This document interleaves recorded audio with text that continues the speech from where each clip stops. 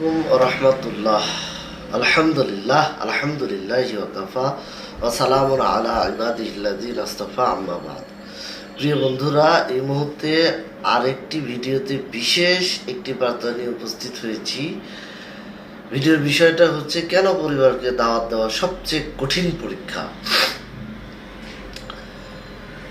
দাওয়াতের সবচেয়ে কঠিন ক্ষেত্র হলো পরিবার, কারণ এখানে সম্পর্কের টান আছে, পুরনো অভ্যাস আছে, আর আছে আমরা এখন তাদেরকে কিভাবে শিখাবো এই মানসিকতা। নবীজি সাল্লাল্লাহু আলাইহি ওয়াসাল্লাম এই পরীক্ষার মধ্য দিয়েই তার জীবনটা অতিবাহিত করেছেন।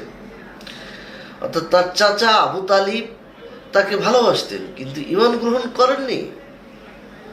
আবার তার স্ত্রী খাদিজা রাদিয়াল্লাহু তাআলা আনহা ছিলেন প্রথম ঈমানদার। অর্থাৎ পরিবারের দাওয়াত সবসময় একরকম হয় না, কেউ গ্রহণ করবে, কেউ প্রত্যাখ্যান করবে, কিন্তু দায়িত্ব থেমে থাকবে না।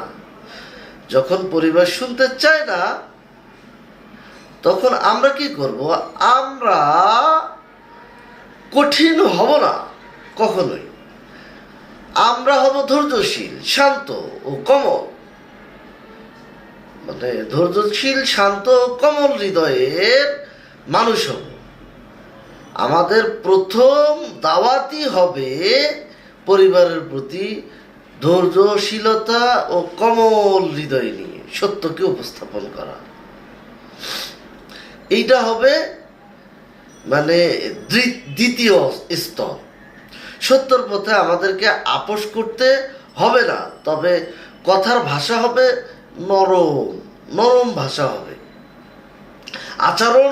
আচরণ যেটা ওটা হবে শক্ত। কথার ভাষা হবে নরম এবং আচরণ হবে শক্ত।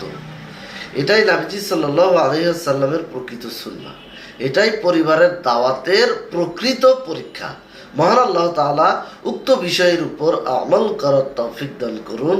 হে আল্লাহ, আপনি আমাদেরকে কবুল করুন, আমিন।